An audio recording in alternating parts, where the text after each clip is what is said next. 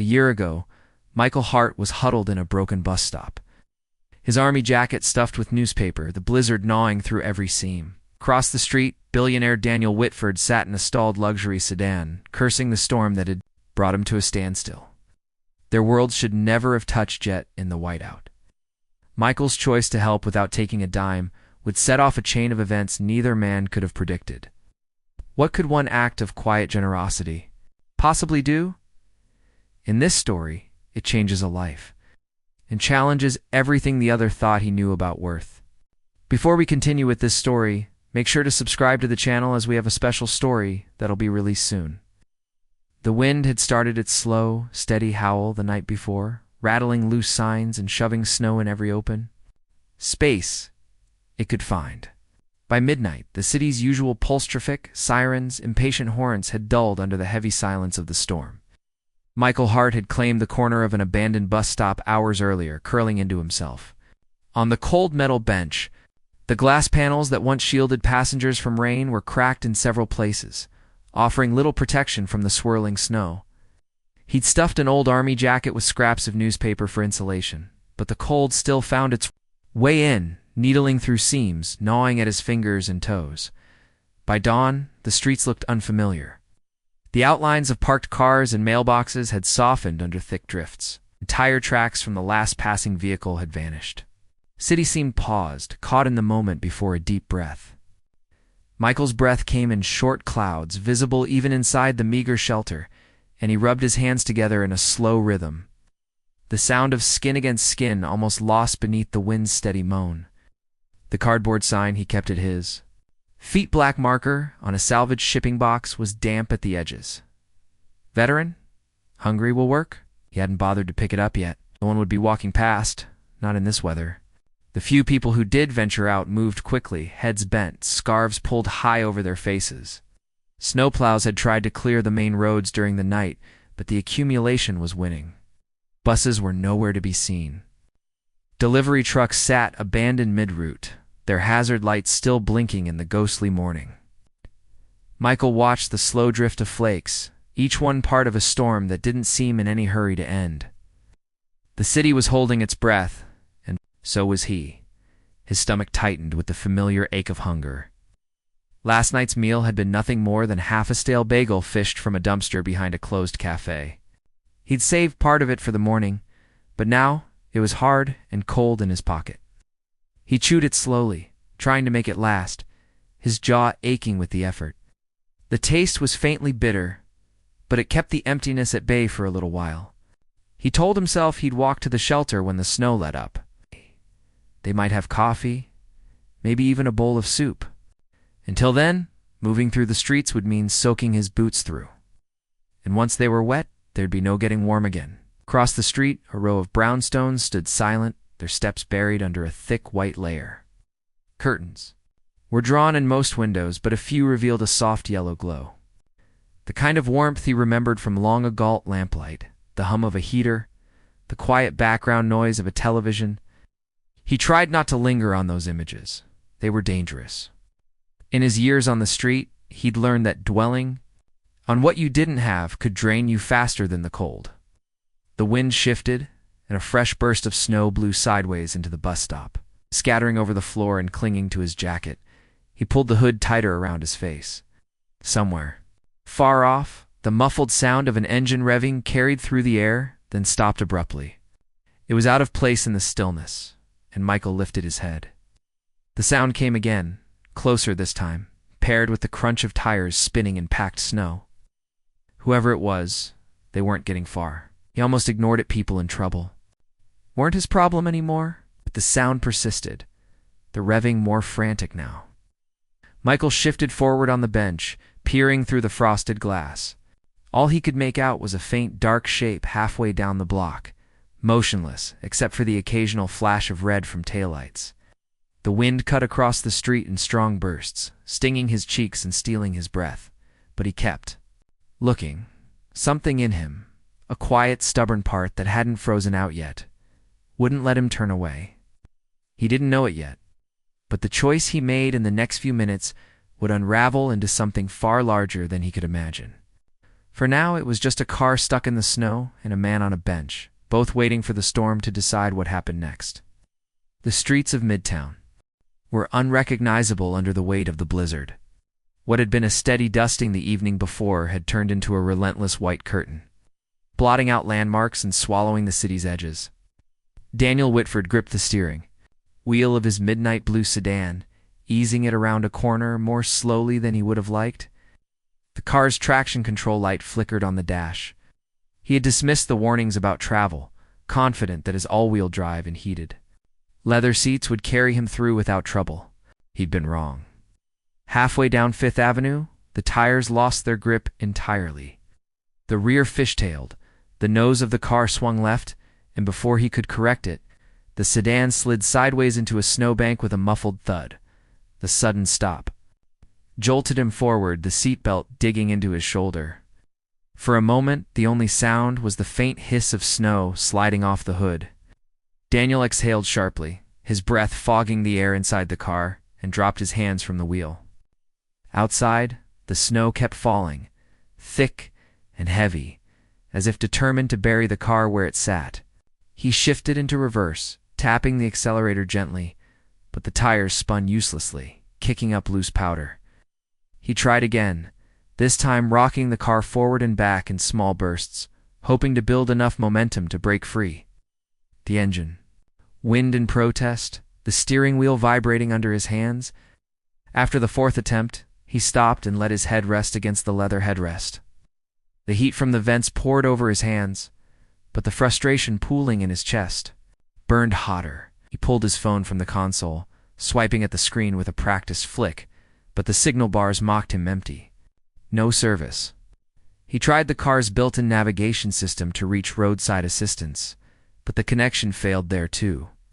Somewhere between his downtown office and this frozen stretch of road, the network had given up. The city was known for its resilience, but in weather like this, even the strongest systems faltered.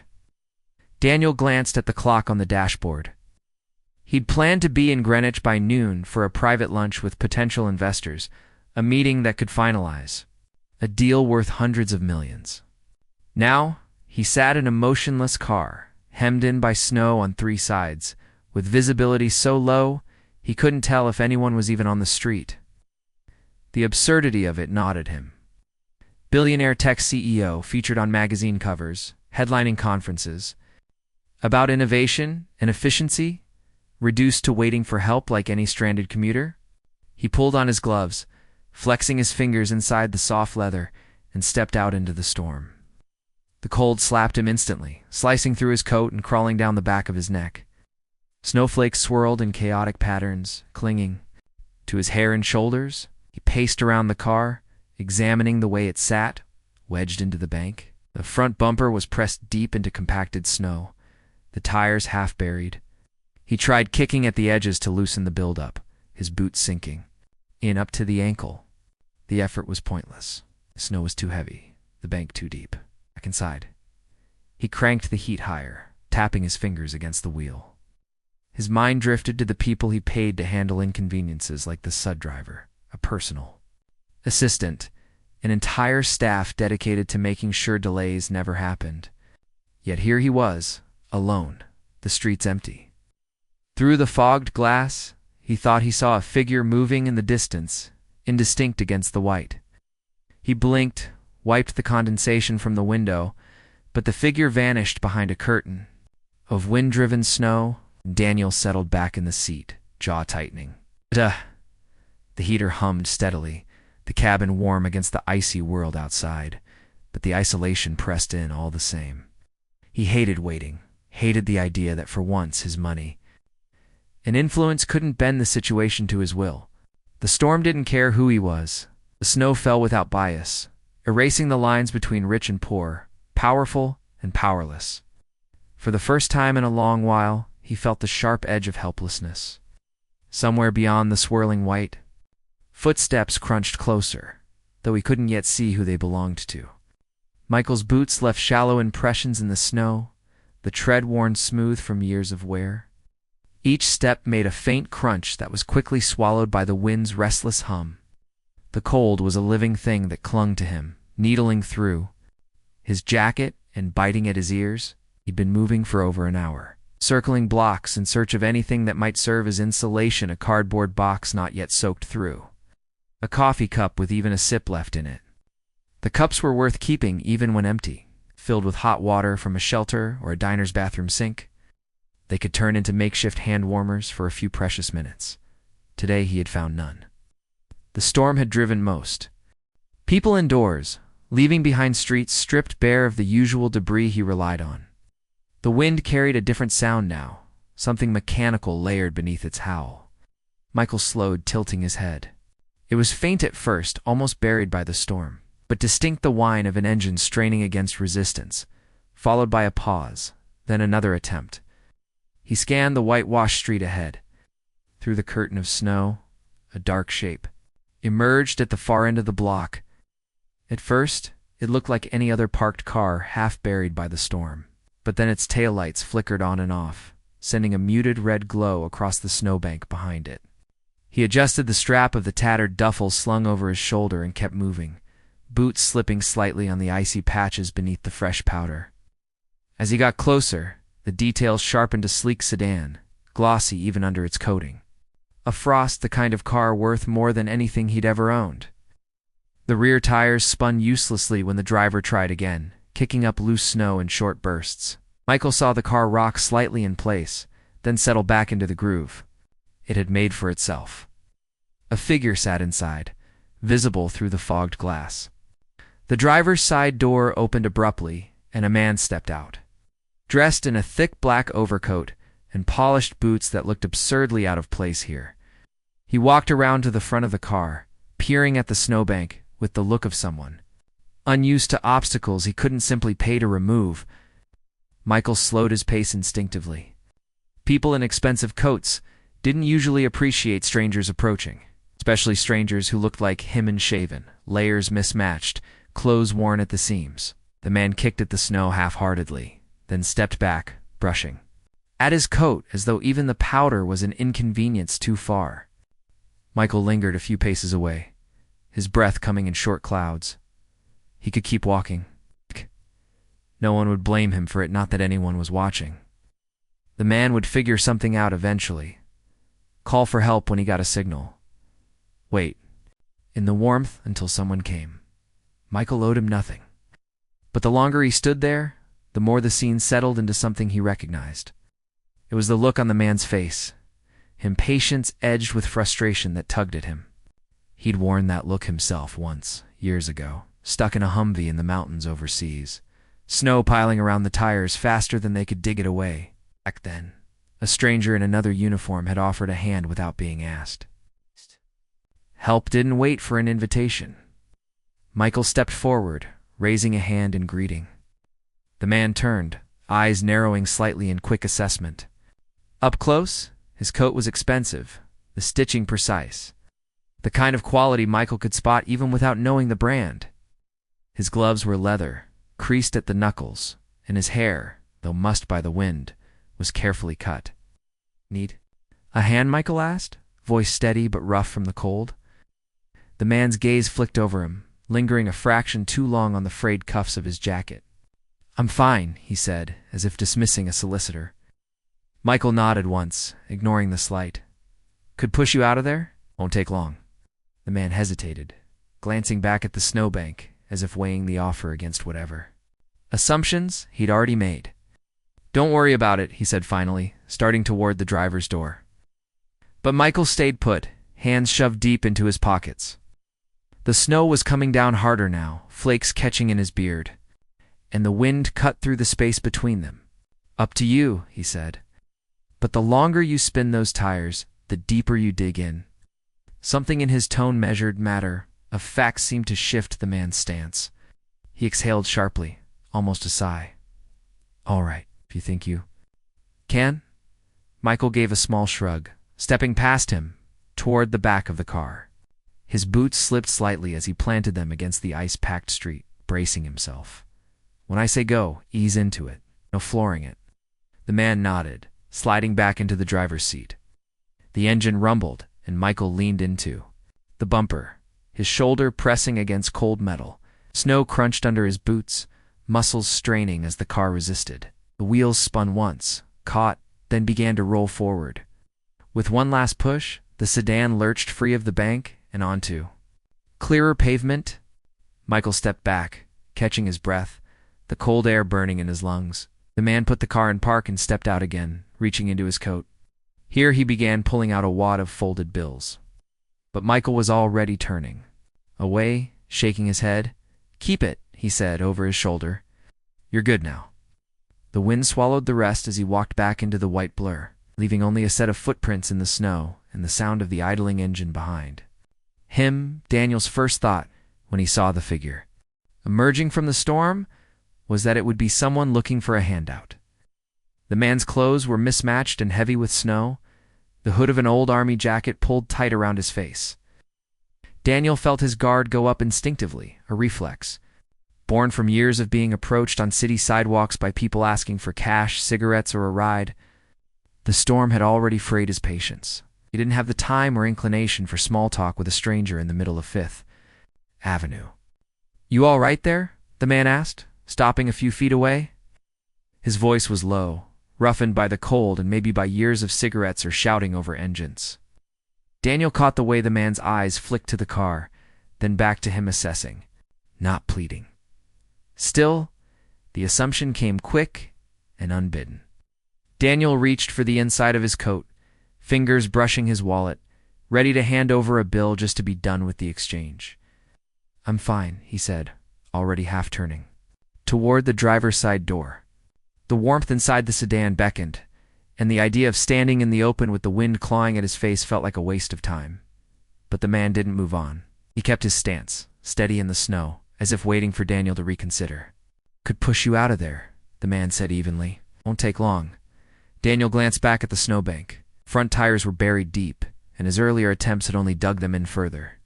He didn't doubt the man had the strength to help. He had the build of someone who'd done hard work in his life, but Daniel still hesitated. He had no idea who this was, and years of wealth had made him cautious about letting strangers near his possessions. The car alone was worth more than the average home in this neighborhood. "Really, don't worry about it," Daniel replied, tightening his jaw. Expected that to be the end of it. Most people would have walked away by now. The man's gaze stayed level. "To you," he said, his voice calm, almost detached. "But the longer you spin those tires, the deeper you dig in." Daniel felt a flash of irritation at being told something so obvious, but there was no mockery in the tone. It was a simple statement of fact, and as he looked at the car again, the truth of it sank in.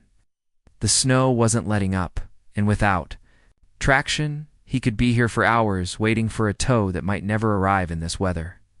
His eyes shifted back to the stranger, and he saw no trace of expectation, no hint of a hand outstretched for payment. It's just a man offering to get him moving again. He exhaled through his nose, the breath clouding instantly in the freezing air. "All right," he said at last, "if you think you can." The man gave a small shrug, stepping past him toward the back of the car. "When I say go, ease into it, no flooring it." Daniel slid back into the driver's seat, shutting out the wind. The stranger's voice carried faintly through the closed window. "All right, go." Daniel pressed the accelerator gently, feeling the tires spin once, then catch as the car lurched forward. The snow gave way under the combined force of the engine and the push from behind. In seconds, the sedan was clear of the bank, rolling smoothly onto the plowed stretch ahead. He shifted into park and stepped out again, the cold slapping at his face. Here he began, pulling a folded stack of bills from his pocket. The man was already stepping away, shaking his head. "Keep it," he said simply, not slowing. His stride, his breath hung in the air like faint smoke, vanishing into the white as he moved toward the end of the block. Daniel stood there for a moment, the bills still in his hand, watching the figure grow smaller in the storm. The offer had been genuine, free of any bargain or condition. It unsettled him in a way he couldn't quite name, and as he climbed back into the warmth of the sedan, the encounter lingered. He had driven away from countless strangers in his life without a second thought. But as the snow swallowed the last trace of those departing footsteps, something about this one refused to let go.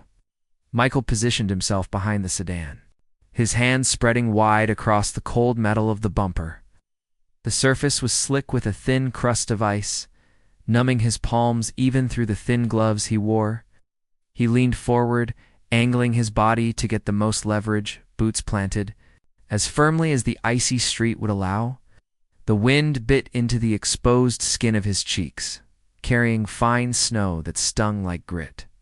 He could feel the weight of the vehicle in front of him before he even began to push, the stubborn resistance of something wedged deep into place. Inside the car, Daniel shifted into gear. The low rumble of the engine vibrated through the bumper, into Michael's chest. He took a breath, bent his knees, and shouted, "Easy pressure now." The sedan shuddered as the tires began to turn, spraying loose powder backward. Michael's boots slid a few inches, the tread offering little grip on the slick surface, but he caught himself, leaning harder into the push. The muscles in his legs burned with the effort, his shoulders bracing against the strain. For a moment, the car resisted entirely, refusing to give even a fraction of an inch. Michael dug in deeper, pushing from his heels, feeling the icy slush seep into his socks where his boots were beginning to separate from the sole. He'd done work like this before, years ago, though the circumstances had been different: sand instead of snow, the metallic temps of dust in the air instead of the biting scent of winter. But the physical demand was the same. Keep going until the thing that stuck moves. The sedan lurched forward a fraction, then another. He felt the bumper edge away from him in small bursts as the tires finally bit into firmer ground beneath the snow. "Keep going," he called, his voice hoarse. From the cold air, Daniel eased forward, the hum of the engine steady, and the resistance under Michael's hands began to lessen. One final shove sent the car sliding free of the snowbank, rolling onto the clearer stretch of road. Michael stepped back, catching his breath. His lungs burned as he inhaled the frigid air, and he could feel the deep fatigue in his legs from the sustained effort. Snow clung to the lower half of his jacket, melting slowly against the worn fabric. He flexed his fingers, trying to coax warmth back into them. The sedan rolled to a stop a few yards ahead, idling with a low, expensive purr. Daniel climbed out, his coat immaculate save for a few flakes caught in the wool. He reached into an inside pocket and pulled out a folded wad of bills, thick enough to see even in the dim light. Stepping toward Michael, he extended it in a practiced motion, the sort of reflex born from years of quick transactions meant to solve temporary inconveniences. Michael shook his head almost immediately. "Keep it," he said, his voice calm but final. Daniel paused, the money still outstretched. "At least take something for your trouble." "No trouble," Michael replied, already turning away. His boots crunched against the icy street as he started back in the direction he'd come, the duffel at his side swaying lightly with each step. For a second, Daniel looked as though he might insist, but the moment passed. The bills lowered slowly to his side. From behind, he could see Michael's broad shoulders hunched slightly against the wind, the dark green of his jacket fading into the white haze of the storm. There was no quick glance over the shoulder, no hesitation, and only the steady pace of someone who had done what he came to do and expected nothing more. Daniel slipped the money back into his pocket, still watching as the figure disappeared into the curtain of snow. The sedan's exhaust drifted upward in slow plumes, curling into the air before being swept away by the wind. The road ahead was clear now, but he didn't get back in right away. His gloved hand rested on the roof of the car, and he felt a flicker of something unfamiliar, an awareness that the exchange they'd just had didn't fit into the usual patterns of his life. No negotiation, no transaction, no lingering strings. It's just help freely given, and the quiet dignity of walking away.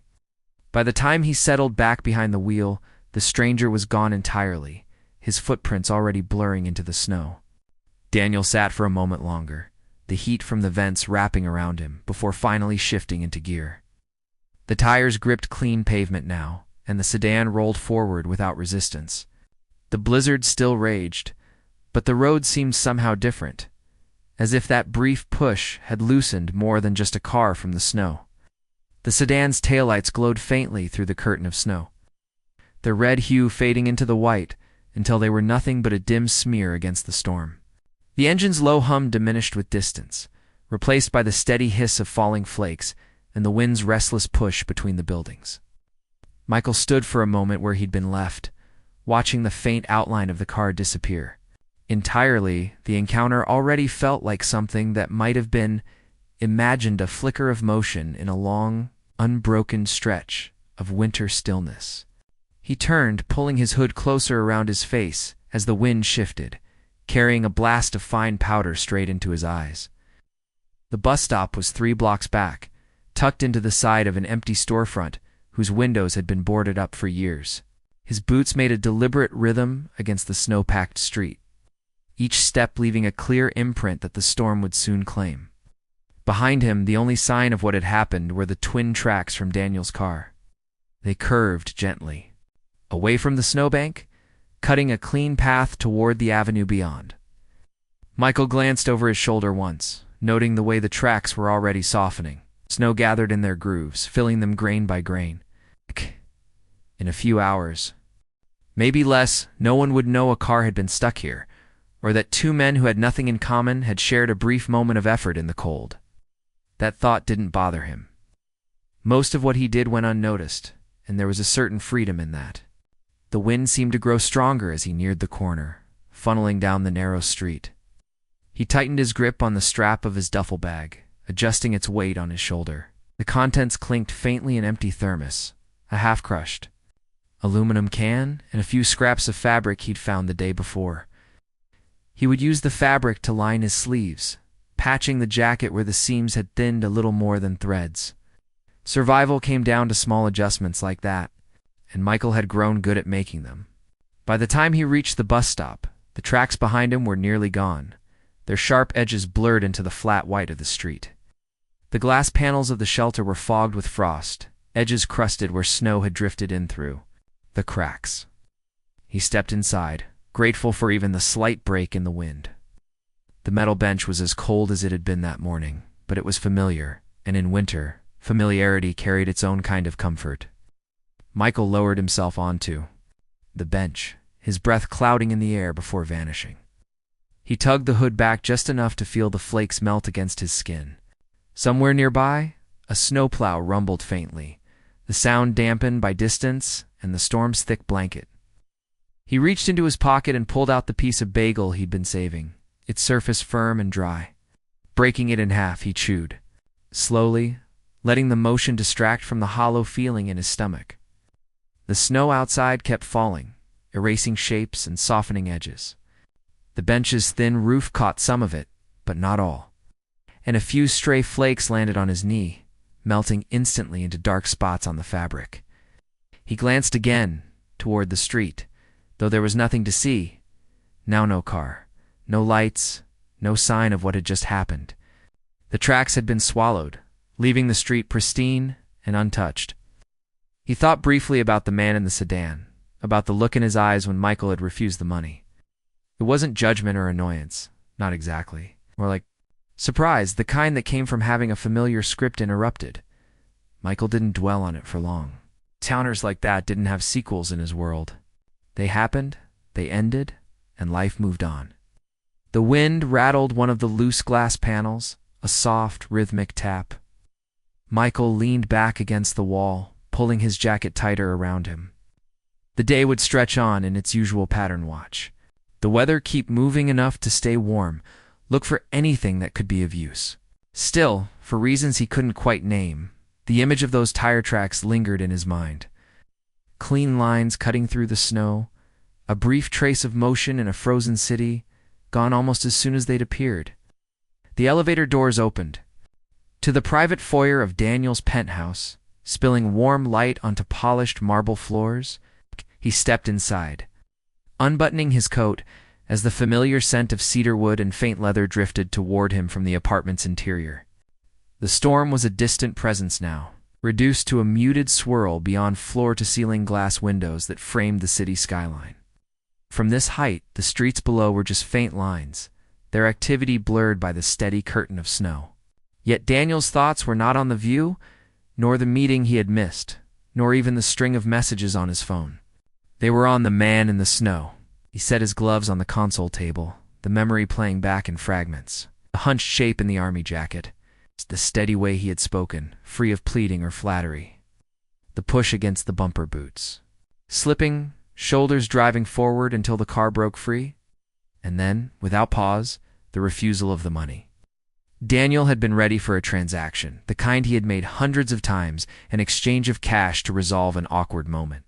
But the man had walked away without even looking back, leaving Daniel with his hand outstretched, the bills cooling in his palm.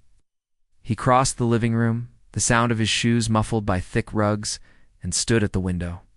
Snow swept across, the glass in uneven bursts, sticking briefly before melting into thin trails. The city looked softer under its white covering, stripped of its sharp edges and restless energy. He could almost imagine that the man was still out there, moving between drifts, disappearing down streets where the plows hadn't reached. The thought unsettled him in a way he couldn't quite name. Daniel's mind wandered unbidden to his father. He could see him as clearly as if the years hadn't passed standing in their old driveway. Hands rough from work, his winter coat smelling faintly of engine oil and cold air. His father had never been wealthy, but he had carried himself with a kind of quiet authority that drew respect. Daniel remembered being 10 years old, watching from the front step as his father helped a stranger push a stalled pickup out of a slush-filled intersection. When the man tried to hand over a few crumpled bills, his father had waved them away. "You don't charge for doing the right thing," he'd said later, when Daniel asked why. "Not things you do because you can, not because it gets you anything." Back then, Daniel had nodded without thinking much about it. As he grew older, he had come to see the world differently, more transactional, more efficient. Time was money, and generosity was often repaid with expectation or manipulation. He had built his success on clear exchanges, measurable returns, and the avoidance of unnecessary risk. But tonight, standing in the warmth of his penthouse, the memory of that driveway felt sharper than it had in years. The man in the snow had carried the same kind of dignity his father once spoke of, and Daniel realized how rare it was to encounter that now. He moved into the kitchen, the quiet hum of appliances filling the space. Pouring a drink, he leaned against the counter, letting the amber liquid catch the light. The city was still at his feet, all its comforts and protections within reach. Yet he felt an odd dissonance in awareness that, for a brief moment that afternoon, he had been dependent on someone who had nothing.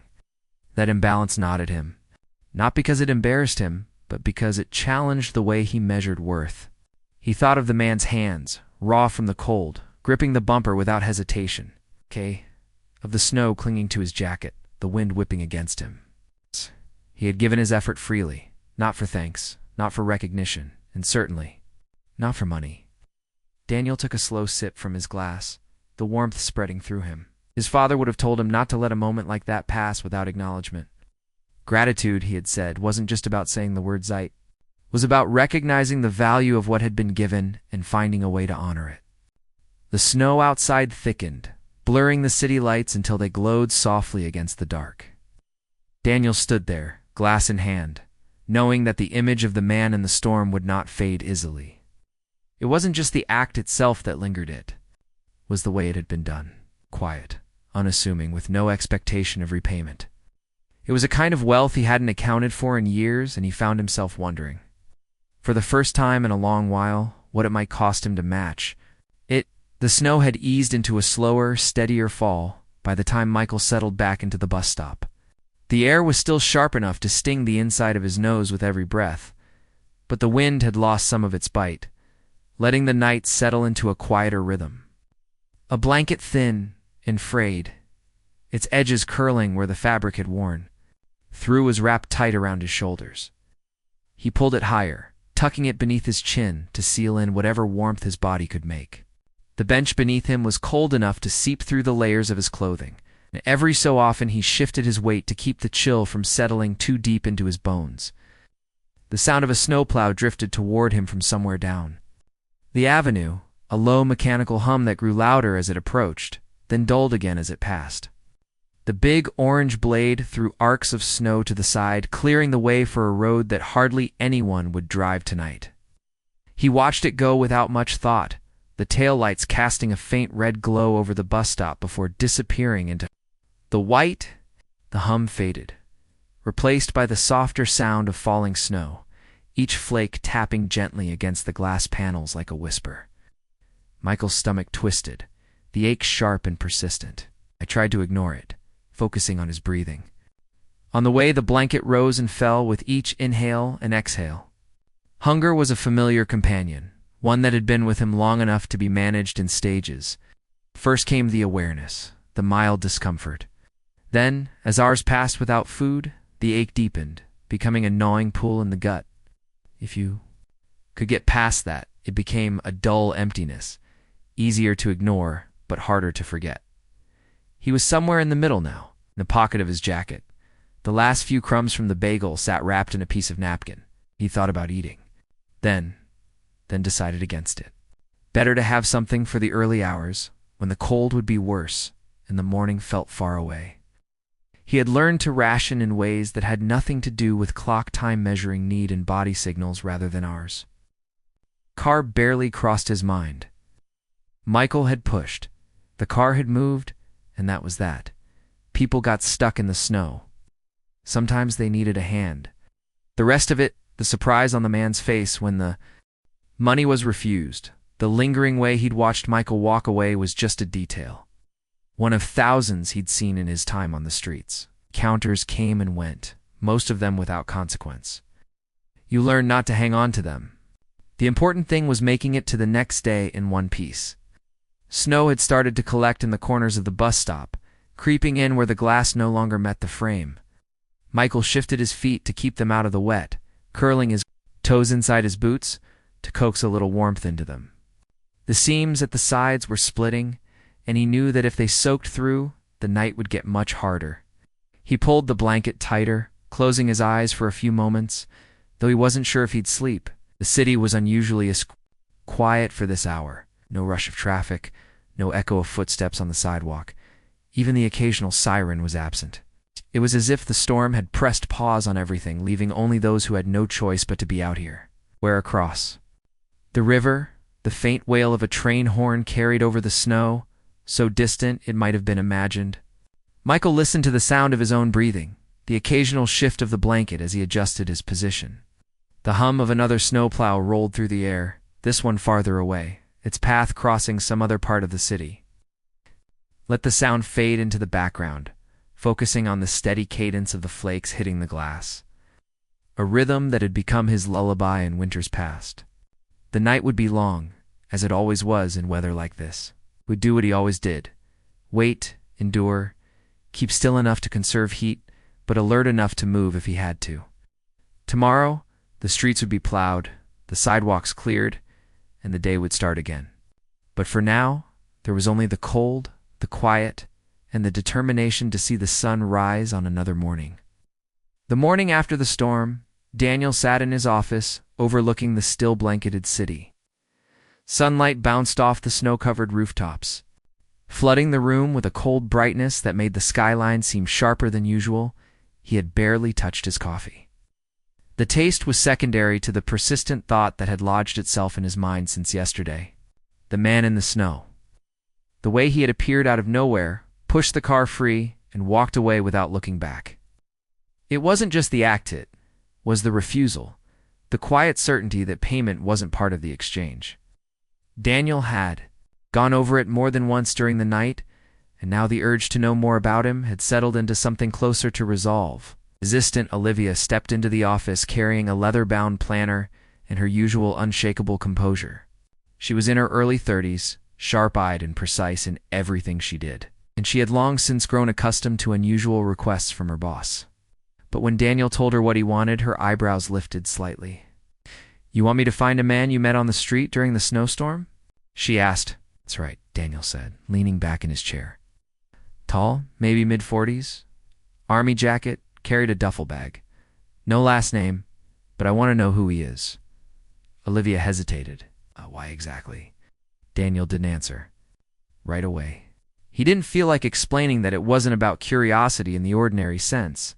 It was about the way the man had carried himself, the rare sense of self-respect that had nothing to do with wealth or status. Instead, he said, let's just call it unfinished business. She glanced down at her notes, then back up. All right.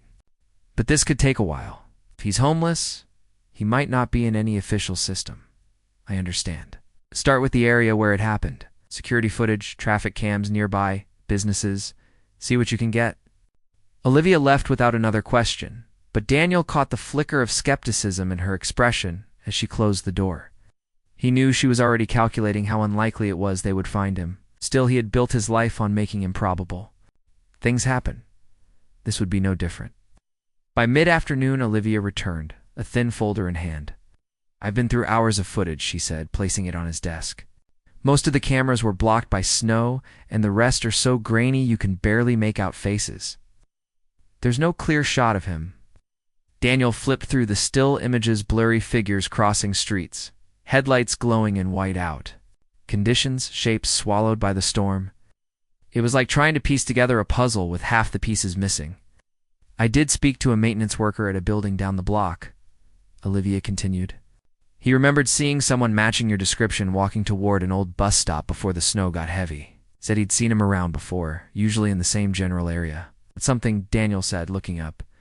It is, she agreed, but it's not enough to track him. Called the local precinct, no reports matching his description. Then I tried nearby shelters. Most didn't have records they could share without a name. She paused, letting the sentence hang in the air before adding, one did. Daniel leaned forward slightly. Go on. A veteran's shelter on the west side. It wouldn't give me details, but when I mentioned the army jacket and duffel, the intake coordinator said it sounded like someone they know. Michael Hart. He's been in and out over the past few years. Daniel let the name settle in his mind. Michael Hart. It had a solidity to it, unadorned, the kind of name you could imagine stamped on a service tag. Do we know anything else? Not much, Olivia admitted. Said he served overseas. Honorably discharged, but life after the military hasn't been steady. Sometimes he takes a bed there, sometimes he doesn't. They can't say where he is right now. Daniel closed the folder slowly, his gaze drifting to the snow-bright skyline. Outside the window, a name was more than he'd had yesterday. It was enough to turn a chance encounter into the beginning of a search. Good work, he said. Stay on it. If he comes back to that shelter, I want to know immediately. Olivia nodded, still looking faintly unconvinced, but she took the folder and left without argument. Alone again, Daniel leaned back in his chair, repeating the name silently. Michael Hart. The man who had pushed his car out of the snow and walked away as if the act itself was the only reward worth taking. Somewhere in the city, he was moving through streets that Daniel rarely set foot on, living a life that most people in Daniel's circles wouldn't even glance at. And now, Daniel intended to find him. The morning broke gray and brittle, the kind of cold that seemed to settle into the bones of the city itself. Michael stirred beneath his blanket, the fabric stiff in places where the damp had frozen overnight. He lay tucked against the wall of the alley, his back to the street where the wind cut sharper between the buildings. A thin sheet of cardboard separated him from the concrete, not enough to keep the chill from rising through, but enough to take the edge off. His duffel bag was under his head, serving as a pillow and a safeguard against curious hands. He slept in worse places. But the stillness here was fragilously broken by the shuffle of footsteps or the rumble of an approaching engine. It was the low growl of a vehicle that drew him from a light doze. The sound didn't fit the usual alley traffic of garbage trucks and delivery vans. This was smoother, quieter, like the engines he sometimes saw idling outside the hotels uptown. He pulled the blanket tighter and kept still, eyes half closed, listening. Tires crunched over grit and ice as the vehicle rolled to a stop near the mouth of the alley. A moment later, the faint click of doors opening and shutting echoed between the walls. He turned his head just enough to see.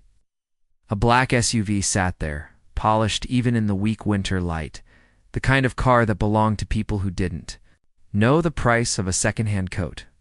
Two men stepped out, both in dark jackets, the collars turned up against the cold. They moved with the unhurried confidence of people on a job they had done before, though not here. The rear hatch lifted, and Michael caught sight of what was inside, boxes stacked neatly, the corners still crisp from the store. One of the men hefted one onto his shoulder, carrying it toward the center of the alley. Then another followed. They placed them on the cracked pavement near where he lay, lining them up in a row like an offering. The cardboard was marked with brand names Michael recognized from passing shop windows, places he had never stepped inside. Here one of the men said, his voice neutral, "Clothes, boots, coat, everything's new." He set a final box down with a soft thud and stepped back. Michael pushed himself up slowly, the blanket sliding from his shoulders. The cold hit him harder now that he was exposed, but curiosity edged past discomfort. He glanced from the boxes to the men, noting that neither looked at him directly. Their job was the delivery. What he did with it afterward wasn't their concern. He crouched by the first box, lifting the lid. Inside, neatly folded shirts in muted colors, tags still, dangling from the seams. Beneath them, thick socks, gloves lined with fleece, and a wool cap. The next box held boots, sturdy, waterproof, soles that looked like they could grip on ice without slipping. His gaze lingered on them for a moment. The boots he wore now were splitting at the sides, the leather warped from years of wet and dry. In the last box lay a heavy winter coat, dark and substantial, the kind meant to stand up to storms without complaint. He ran a hand over the fabric, feeling the weight of it, the warmth it promised. "Who sent this?" Michael asked, looking up finally. The man nearest the SUV shrugged slightly. "Just told where to drop it." His tone carried no hint of explanation. The second man was already closing the hatch, glancing toward the street as though mindful of the clock. Michael considered pressing for more, but something told him it wouldn't matter. If someone wanted to be known, they'd have come themselves. Instead, they'd sent the supplies for a winter that was far from over. He nodded once, a silent acknowledgement, and began stacking the boxes against the wall, where they'd be less visible from the street. The men climbed back into the SUV, the engine purring to life. It backed out of the alley with slow precision. Before turning onto the street and disappearing from view, silence returned, broken only by the faint hum of the city beyond. Michael stood there for a moment, looking at the boxes. In his world, unexpected generosity was often tangled with expectation. But these came with no instructions, no request for anything in return. Just items he needed delivered without explanation. He reached for the coat first, sliding it on and pulling the zipper up to his chin. The warmth wrapped around him instantly, a barrier against the wind that swept through the alley. He settled. Back down on his cardboard, the boxes close at hand, and listened as another snowplow groaned in the distance. The day ahead would be no different than any other find food. Keep moving. Stay warm, but for the first time in a long while, he felt better equipped to meet it. Whoever had sent the SUV had left without a word, but their presence lingered. In the weight of the coat on his shoulders and the promise of boots that would carry him a little farther through the winter, the light was fading fast, the sky slipping from pale gray into the deeper shadow of late afternoon. Michael had pulled the boxes closer to him, breaking them open one at a time to see what could be packed into his duffel and what he would have to stash behind the dumpster for later. The air smelled faintly of cardboard and the crisp chemical scent of new fabric.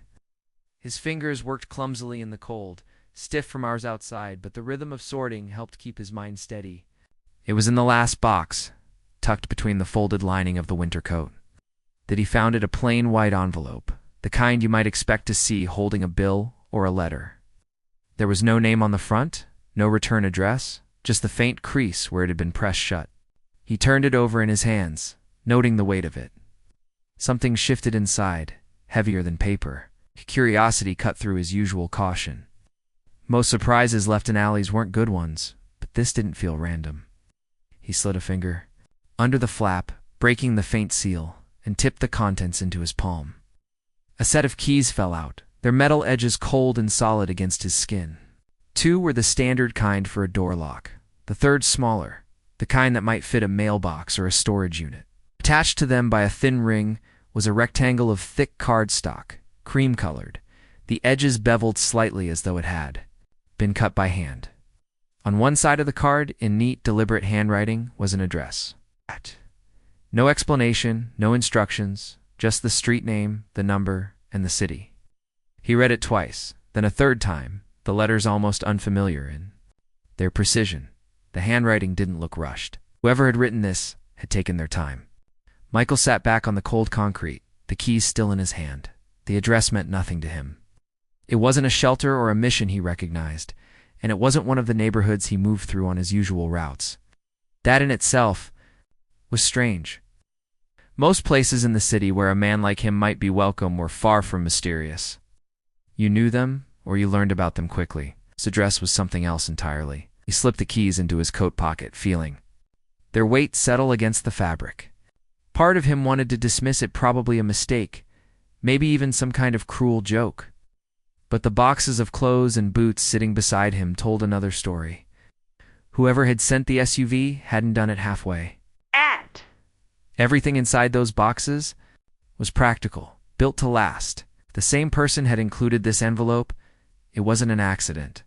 The wind shifted, curling through the alley and lifting the edge of the blanket he'd draped over his legs. Michael adjusted it absently, still thinking about the address. He imagined walking up to a door with these keys in his pocket, turning one in the lock, and stepping into a place where the air was warm and the walls were solid against the weather. The image was sharp enough that it startled him. He couldn't remember the last time he had walked into a space that was entirely his. Still, nothing about the city was free. Even generosity came with its own shadow. People wanted something: gratitude, labor, loyalties, sometimes all three. He turned the card over in his hand, but the back was blank. No signature, no phone number, no clue to the sender's identity. As night thickened, Michael pulled the boxes closer into the narrow wedge of space between the wall and the dumpster.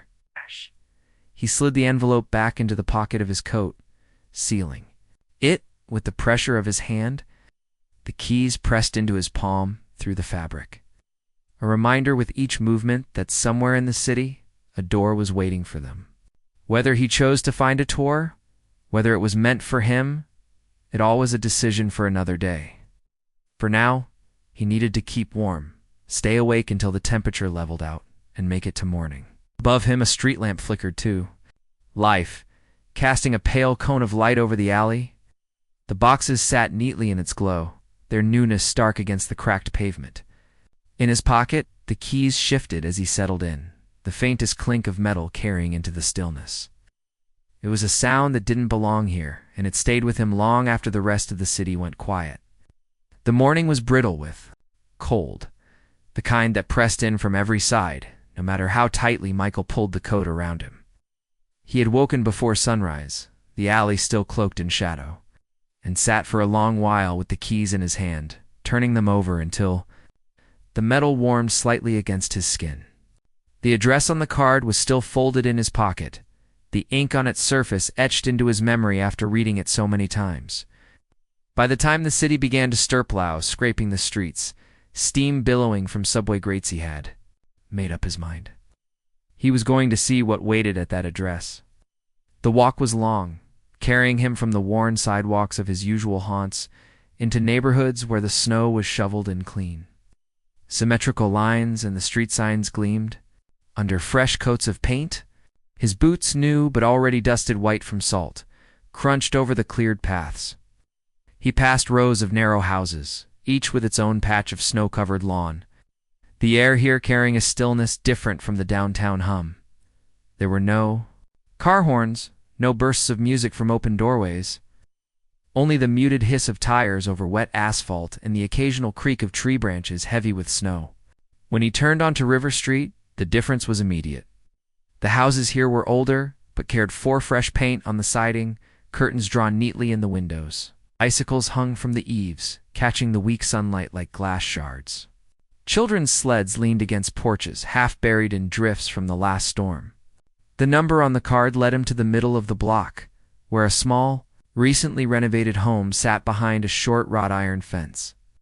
It wasn't grand or ostentatious, but there was a quiet pride in its details. The siding was a muted blue, the trim white and sharp against it. A narrow walkway, already cleared of snow, led from the sidewalk to the front steps. The porch light was on, even in daylight, casting a warm circle on the top step. Michael stopped at the gate, his breath clouding in the air, unsure whether to open it.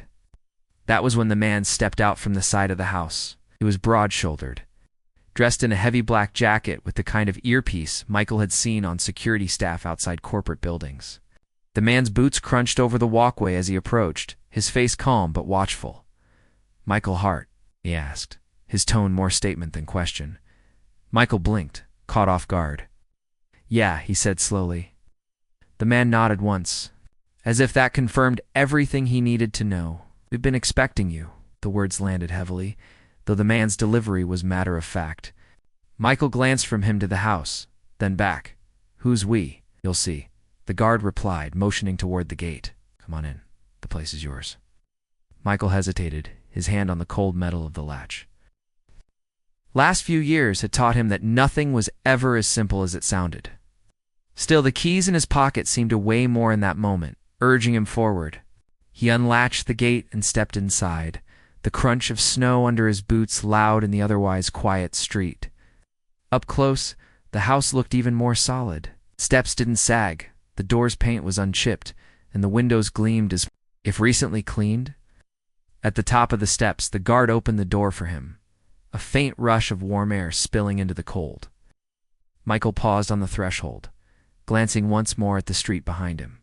The block was still and unremarkable, the kind of place where life unfolded in steady, predictable rhythms. Then he stepped inside, crossing into the unfamiliar warmth, the door closing quietly at his back. The warmth hit him first, wrapping around him in a way that felt almost foreign. It wasn't the weak, uneven heat of a shelter space heater, or the trapped breath under too many layers of clothing. It was steady, deep, and everywhere at once. Michael stepped further. Inside, his boots leaving small puddles of melting snow on the entryway tile. The guard had already closed the door behind him, sealing out the brittle cold, and now stood to the side, as if his part in this was finished. Michael's eyes moved slowly over the space. The entry opened into a modest living room, its walls painted a soft, neutral color that seemed to absorb the golden light from the lamps. A couch sat against the far wall, flanked by a low coffee table and a sturdy armchair. There was no clutter, but the place didn't feel staged. It felt lived in, though not by him.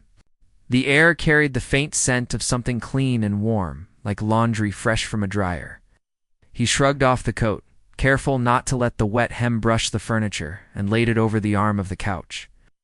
The furnace hummed in the background, a steady rhythm that seemed to settle into his chest. It had been years since he'd been in a place where the heat was more than a fleeting luxury. He could feel it in his hands, the stiffness in his knuckles already loosening, and in his toes, thawing inside the new boots. Drawn by instinct more than curiosity, he moved toward the kitchen. The light there was brighter, spilling across a counter that held a neat row of clean dishes. He opened one cupboard, then another, finding shelves lined with canned goods, boxes of pasta, jars of sauce. The refrigerator hummed softly when he pulled it open, revealing cartons of eggs, milk, butter, a container of orange juice, even fresh vegetables wrapped in crinkling plastic. He stood there for a long moment, the cold air from inside mixing with the heat from the furnace behind him. It had been years since he'd seen so much food in one place, without a line of people waiting to claim it.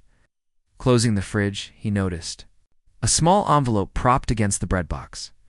His name was written on it in the same careful hand as the card with the address.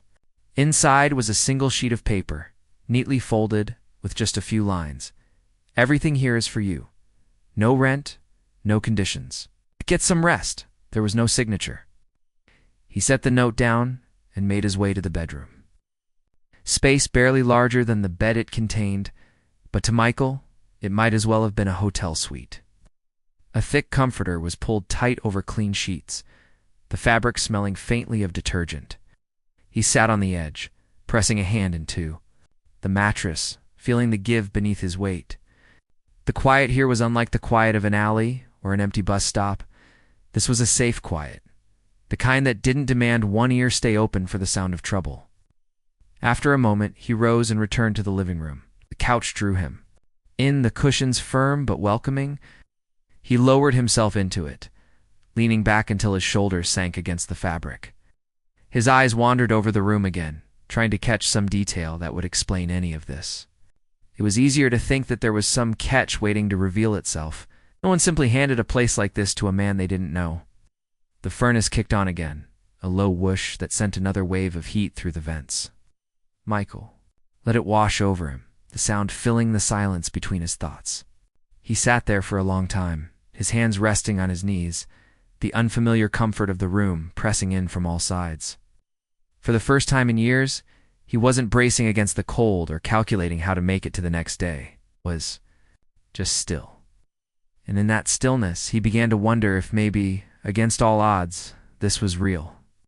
It was early evening when Michael heard the knock. He had been sitting at the small kitchen table, a cup of tea steaming in front of him, steam curling lazily into the warm air.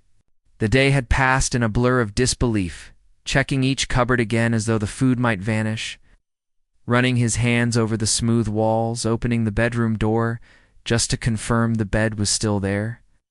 The knock was firm, deliberate, not the hesitant tap of a neighbor or the heavy pounding of authority. He hesitated before answering, the old instinct to keep his distance kicking in. But when he opened the door, the cold air rushed in and framed the figure standing there. Daniel was dressed in a dark overcoat, scarf wrapped neatly at his neck, a fine dusting of snow clinging to his shoulders. He stepped inside without waiting for an invitation, his eyes moving briefly over the living room before settling on Michael. "I hope I'm not interrupting," Daniel said, his tone polite but steady. Michael shrugged slightly. "Didn't know I was expecting anyone." Daniel smiled faintly at that, removing his gloves one finger at a time. "I thought it was better to come in person. We didn't get a chance to talk the other day." Michael closed the door behind him, leaning a shoulder against it. Seemed like we didn't need to. Daniel's gaze lingered on him for a moment before he spoke again. "I sent the boxers. The coat, the boots, the food, and this house." Michael didn't respond right away. He had guessed as much, but hearing it said aloud made the gesture heavier. "Why?" he asked finally. Daniel crossed to the couch and sat, resting his gloves on the coffee table. "Because I can," he said simply. "And because I wanted to. You didn't take money when I offered it. That told me something about you." Michael let the silence stretch before walking over to the armchair opposite him. He sat down, watching Daniel closely. "People don't usually give away houses just because they can. I'm not most people," Daniel replied, leaning back. "There are no strings attached. This place is yours for as long as you want." Michael's jaw tightened slightly. "That's the kind of thing a man says before mentioning the catch." Daniel chuckled under his breath. "There's no catch, but there is an offer. I own several companies. Logistics, distribution, manufacturing. I can find you a position in one of them. Something steady, good pay, benefits. You'd have stability." Michael shook his head slowly. "And why would you want me working for you?" "Because I think you're the kind of man who shows up when it counts," Daniel said. "Because I'd like to see what you could do if you weren't fighting the cold every night." Michael leaned back in the chair, crossing his arms. "I've been out of the game a long time. Skills don't disappear," Daniel said. "Discipline, judgment, knowing how to handle yourself under pressure. Those things stay with you. I'd rather have someone like you on my team than someone with a perfect resume and no grit." The furnace kicked on, filling the pause between them with its low, steady hum. Michael looked toward the kitchen for a moment, at the boxers he still hadn't fully unpacked, at the coat hanging over the back of a chair. "I don't owe you anything," he said finally. "You're right," Daniel agreed. "You don't. Take the job or don't. Keep the house, regardless. I'm not here to put you in my debt. I'm here to give you a choice." Michael studied him, trying to read the angle, the part that didn't fit the world he knew. But Daniel's expression was open, his voice free of the subtle weight people used when they were maneuvering for something. "I'll think about it," Michael said at last. "That's all I ask." Daniel stood, pulling his gloves back on. "I'll have my office send over some information tomorrow. You can read it. Take your time." At the door he paused and glanced back, Whatever you decide, the house is yours. No one's taking it from you. Michael didn't answer, just watched him step into the cold night. The door closed, and the warmth of the house seemed to settle around him again. He sat there for a long time, the quiet, steady, the furnace humming, the words no strings attached echoing in his mind. The warehouse smelled faintly of cardboard, motor oil, and the dust that seemed to hang in the air, no matter how often the floors were swept. It was a massive space, rows upon rows of towering metal racks stacked with pallets, the aisles lit by the pale glow of overhead fixtures that buzzed faintly. Forklifts moved with slow precision, their operators navigating tight corners and narrow lanes with practiced ease. Somewhere in the distance, the hydraulic hiss of a loading dock door opening echoed off the concrete walls. Michael stood just inside the employee entrance, the reflective safety vest hanging loosely over his shoulders. His new steel-toed boots felt heavy but solid, their stiff leather creasing with every step as he followed the floor manager through the maze of aisles. The manager, a broad man with a clipboard in hand, barely glanced back as he spoke over his shoulder. "We'll start you with inbound inventory. You'll be logging shipments as they come off the trucks, checking counts against the manifests, flagging discrepancies." Michael nodded, keeping pace. The job itself wasn't complicated, at least not compared to what he'd done in the past, but it was a world away from the streets he'd been walking not long ago. Could feel the eyes on him even before he reached the work area. A few workers paused in their tasks just long enough to watch him pass, their expressions unreadable, then turned back to their work with the kind of forced focus that said they were still listening. The manager left him with a clipboard, a stack of blank forms, and a curt, "You'll get the hang of it. Ask if you need something." Then he walked away, leaving Michael standing alone at the edge of the dock. The first truck of the morning backed into place with a shudder, the metal door rattling as it rolled upward. Cold air spilled in from outside, biting against the warmth of the warehouse. Michael stepped forward as the first pallet came down, the ramp wrapped tight in clear plastic. He checked the manifest, counting each box, his pencil making quick marks in the margin. It was the kind of work that required focus, and for a while it let him block out the murmur of voices behind him. But the whispers were there. He caught them in fragments as workers passed. Snatches of conversation not meant for him but not quite out of earshot. "That's him. The one the boss brought in. Doesn't even have to interview, from what I heard. Some kind of charity case." The words slid off him at first. He'd heard worse, far worse, in places where the stakes were higher. But there was a different edge to it, resentment, mixed with curiosity, the way people reacted when someone new disrupted the order they were used to. At lunch, he found an empty spot at the far end of the break room. The others clustered in small groups, their conversations dipping in volume when he walked in. He ate quietly, more out of habit than discomfort, his eyes on the small TV mounted. In the corner where the news scrolled silently, no one approached, and he didn't try to bridge the gap. Trust wasn't given in places like this. It was earned slowly, if at all.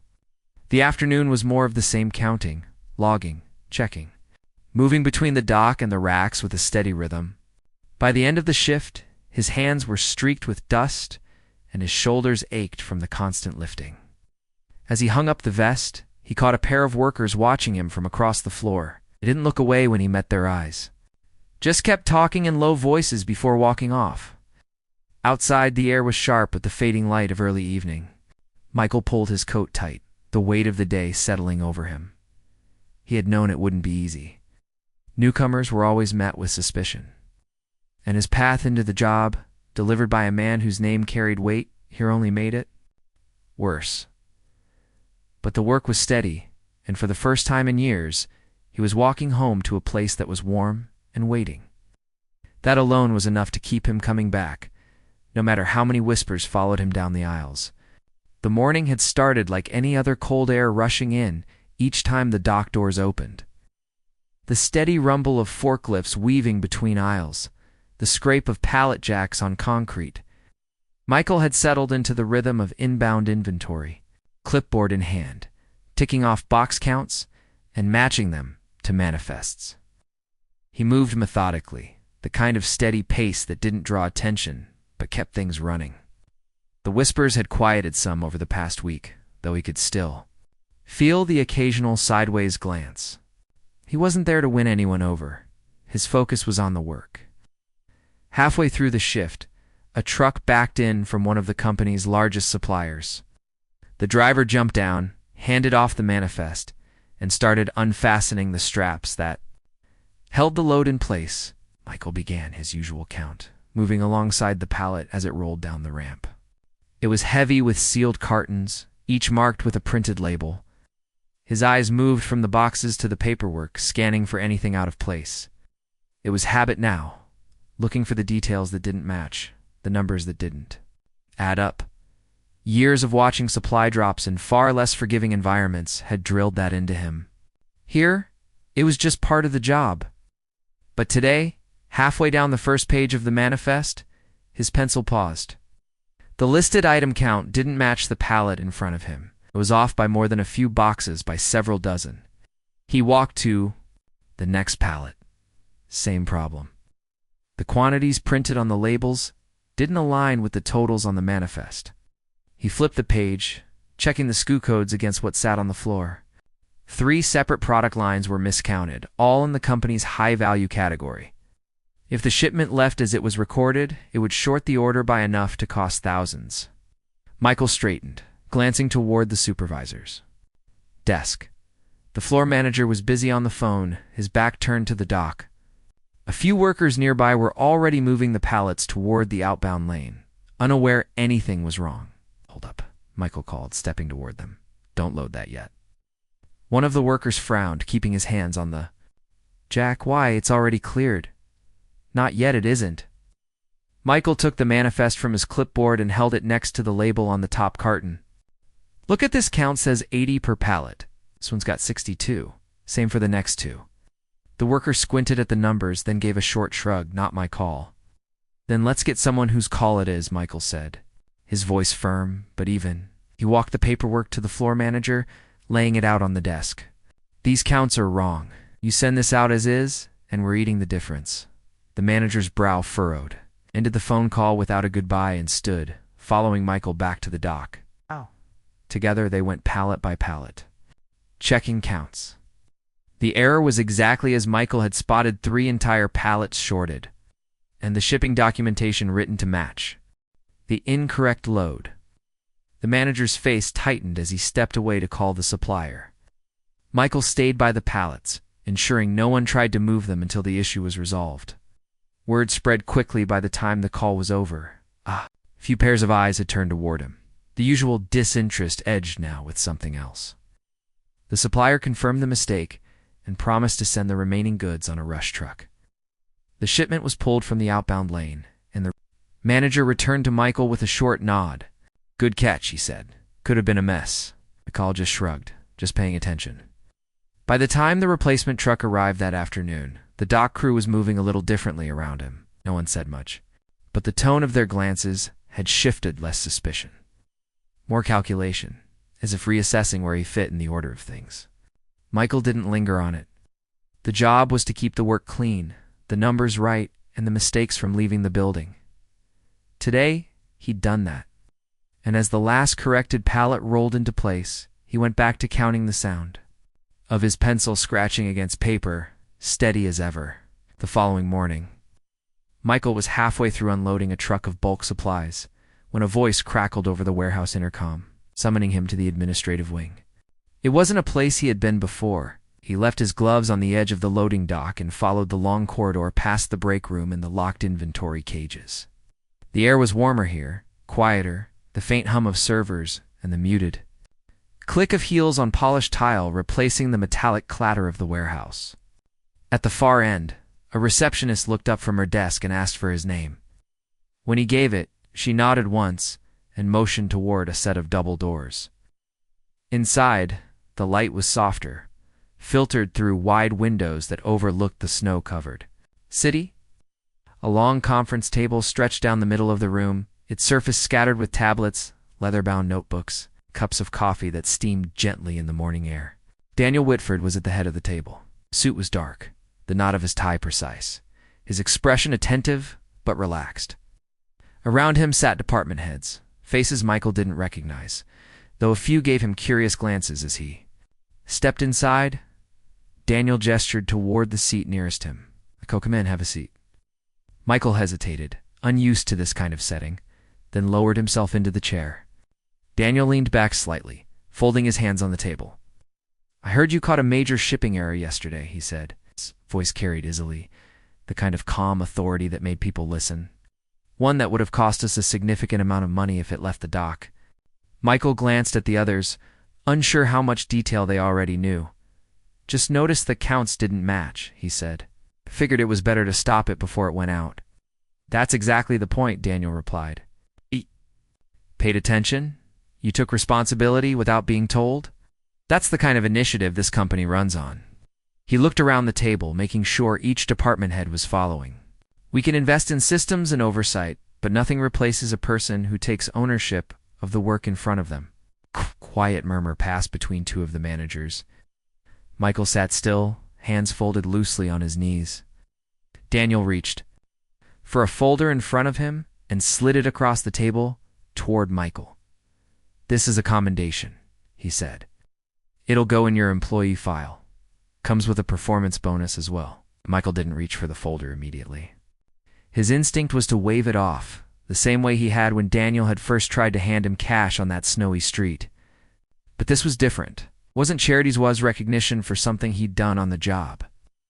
After a moment, he picked it up, nodding once. "Thank you," he said simply. Daniel's gaze held his for a beat longer, then he smiled. Faintly, "Keep doing what you're doing, we notice." Turned back to the room. "All right, let's move to the next item." Michael rose quietly and stepped out, closing the doors behind him. The receptionist glanced up as he passed. Her expression softer now, tinged with something like approval. Back in the warehouse, word had already gotten around. Felt it in the shift of glances, in the absence of the low whispers that used to follow him. A few people nodded as he walked by. One of the forklift operators even said, "Heard about the catch. Nice work," before rolling past with a pallet. Michael didn't linger on it, but he noticed. Respect in a place like this didn't come overnight, and it didn't come from words alone. It came from showing up, doing the work, and being seen doing it. And while he hadn't come here looking for anyone's approval, the change in the air was hard to ignore. By the end of the shift, the warehouse felt different. Not louder, not friendlier exactly, but steadier. As Michael locked up his station, he thought back to the blizzard, the stalled car, and the decision to push instead of walk past. None of it had seemed like the start of anything at the time. But now, standing in the warm light of the loading dock, he could see how one moment had carried him here. It was late in the afternoon, the warehouse floor quieter than usual, with most of the crew already heading out. For early breaks, Michael sat at one of the metal desks in the back office, flipping through a stack of printed inventory sheets. The space smelled faintly of oil and cardboard, the radiator in the corner clicking as it cycled on and off. He had been tasked with reconciling last month's incoming shipment logs with the recorded stock levels, a job no one else seemed eager to take on. At first, the numbers blurred together into a routine pattern, cases out, discrepancies here and there, from damaged goods or supplier errors. But as he moved further back through the records, he began to notice something that didn't sit right. Certain high-value items, electronics, specialized tools were consistently showing smaller quantities in stock than had been logged as delivered. It wasn't just once or twice. It happened across multiple shipments, each short by just enough to seem like an oversight, but when added together amounted to a significant loss. Michael leaned back in his chair, running a thumb along the edge of the paper. He'd worked in supply before, back when his days followed the rigid schedule of military service. He knew the difference between an honest mistake and a pattern, designed to go unnoticed. This was the latter. It didn't go straight to the warehouse manager. Something in the pit of his stomach told him this wasn't the kind of issue to bring up casually. Instead, he gathered the most recent 3 months of records and began highlighting each inconsistency. The more he marked, the clearer the pattern. Became specific product lines, shipments always handled by the same receiving crew. Discrepancies always small enough to avoid triggering the automated alerts in the system. By the time the rest of the warehouse returned from their break, Michael had a folder thick with evidence. He tucked it under his arm and walked out to the loading dock. Scanning the yard for the sleek black sedan that meant Daniel was on site, it wasn't there. He considered holding onto the folder until the next time Daniel visited, but something about waiting didn't feel right. Instead, he stopped by the small administrative office where Daniel's assistant sometimes worked when he was away. She looked up from her computer as he stepped inside. "Need something?" "I need to get this to Daniel," Michael said, placing the folder on her desk. "It's important. Inventory records. There's something going on." Well, her eyes narrowed slightly, but she took the folder. "I'll make sure he sees it." 2 days later, Daniel showed up in person. He didn't call Michael into a meeting this time. Instead, he found him on the warehouse floor, standing beside a stack of outbounds pallets. Without much preamble, Daniel said, "I reviewed what you sent. You were right to bring it to me directly." Michael gave a short nod. This didn't seem like something to put through normal channels. Daniel's jaw tightened almost imperceptibly. "It wasn't. There's an audit happening tomorrow. Quiet one. Don't mention it to anyone yet." The next morning, a small team in suits and company windbreakers arrived before dawn. They moved through the warehouse with clipboards and barcode scanners, pulling records, matching stock against manifests. By midday, 2 employees from the receiving crew were escorted out. No one said exactly why, but the rumors began immediately, curling through the aisles like smoke. When Michael returned to his station, he noticed the way some people looked at him now, calculating, cautious. He hadn't asked for the role of the person who uncovered the theft, but it had landed on him all the same. And as the day wore on, he realized that in a place like this, being trusted with what no one else saw coming could change everything, for better or worse. The morning began with an unusual stillness in the warehouse. The usual chatter over coffee. The clatter of pallet jacks, even the drone of forklifts seemed muted, as though the air itself knew something was about to break.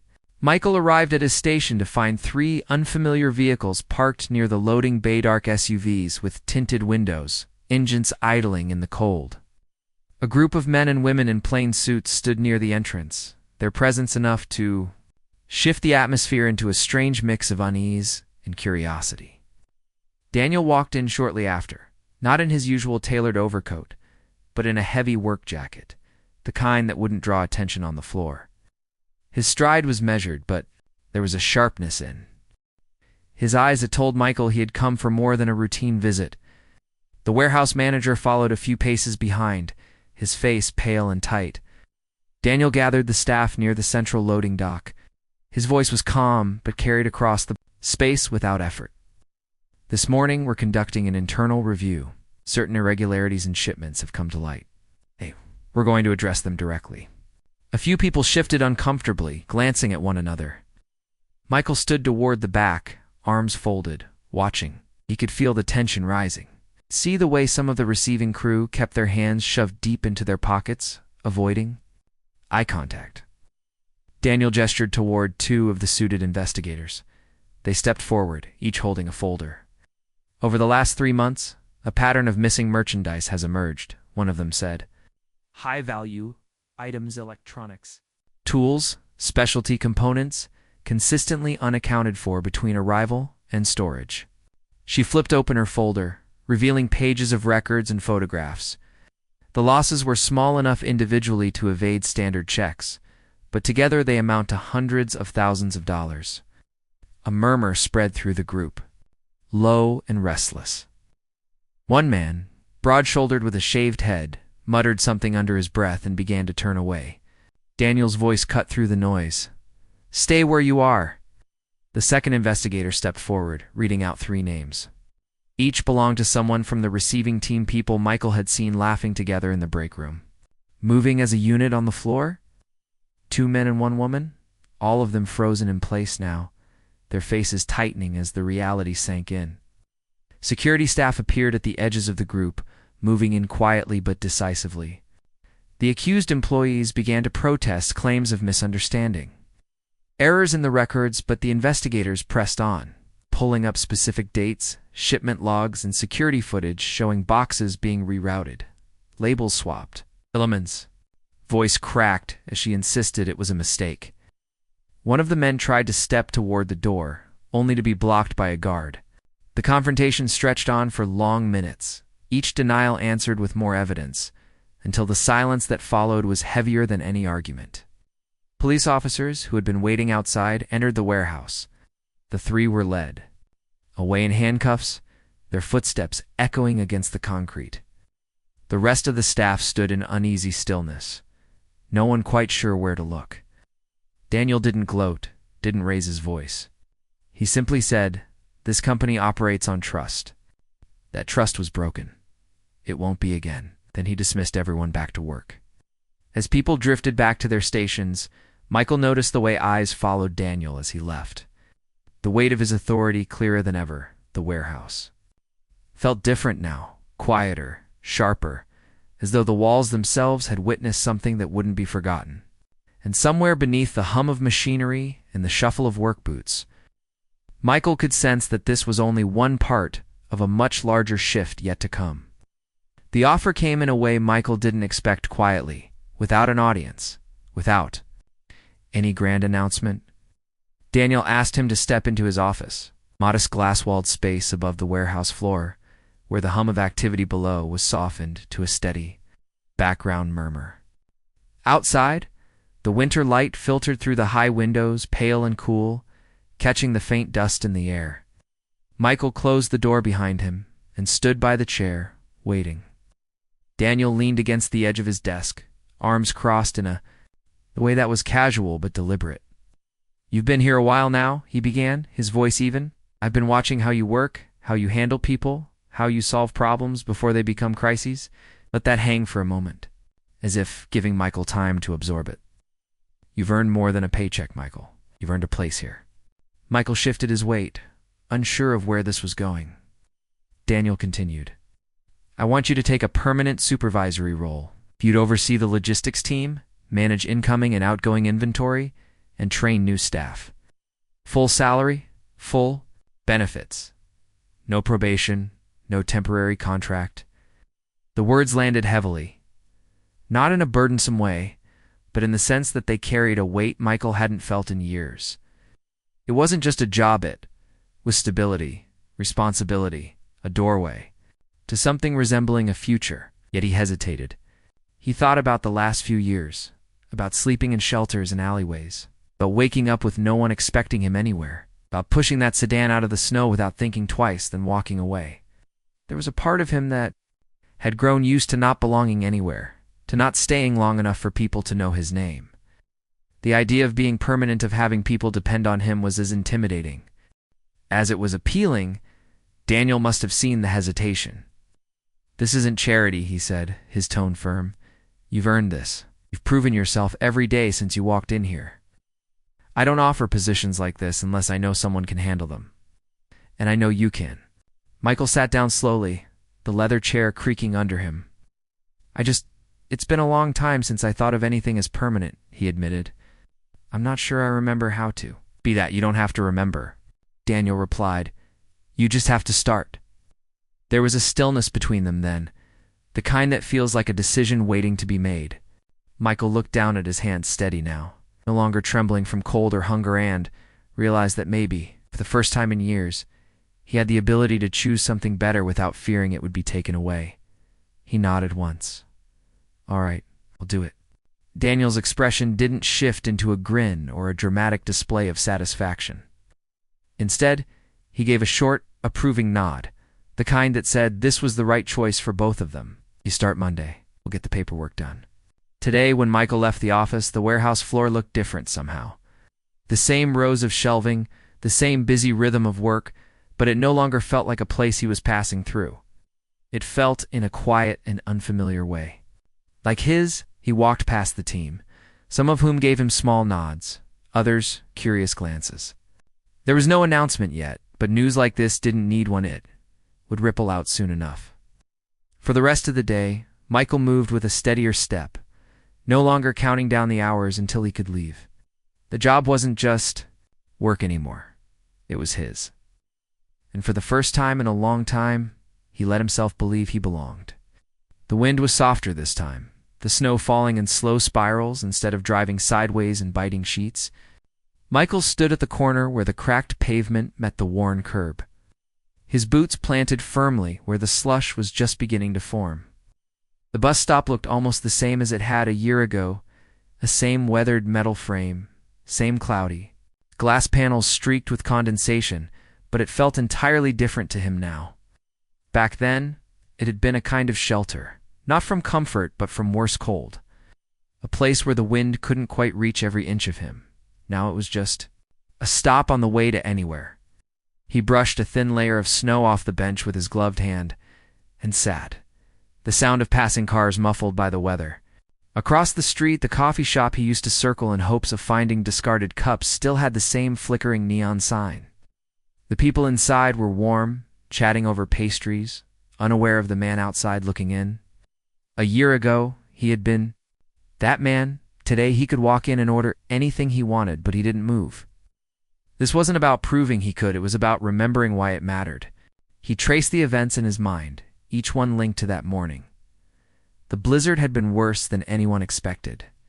He had been running on little food, even less sleep, and yet when he saw the sedan stuck in the snow, something in him had moved. Before he'd even thought about it, he hadn't done it for thanks or money, or the faint possibility that it might come back to him in some way. He'd done it because someone was in trouble, and he could help. That was all. From where he sat, he could picture the car exactly as it had been nangled slightly into the snowbank, exhaust rising in uneven puffs, the driver pacing behind the wheel. He remembered the way the snow had stung his face as he pushed, the strain. In his shoulders, the satisfaction of feeling the tires catch. He remembered waving away the cash that was offered, not out of pride, but because it didn't seem like the right way for that moment to end. His life was unrecognizable from the one he'd been living. A small house with heat that hummed steadily through the night. A job that gave him purpose, where people came to him for decisions and answers. Mornings that began with coffee from his own kitchen, instead of whatever scraps he could find. The change had come quickly after that day, but it had taken longer. For him to believe it was real, snowflakes settled on the sleeve of his coat, melting almost instantly against the dark wool. He leaned back and watched them fall, thinking about the strange chain of events that had brought him here. Daniel's face came to mind first, that look of suspicion. Then later, the quiet conviction when he'd said, "You've earned this." The two images didn't feel like they belonged to the same man, but they did. A bus hissed to a stop in front of him, doors opening with a mechanical groan. He shook his head and stayed seated, and after a moment the driver pulled away, leaving. Fresh tire tracks in the snow, they reminded him of the ones he'd watched disappear a year ago after Daniel drove off, not knowing they'd see each other again. Michael stood, brushing the snow from his coat, and took one last look at the bench. He didn't need to come back here again. The memory was etched too deeply to fade, but he wanted to see it once more, to stand in the exact place where his life had started over, not because someone had given him something, but because he had chosen to give without expecting anything at all. As he walked away, the snow covered his footprints behind him, the street returning to its quiet, blank state as if waiting for the next story to begin.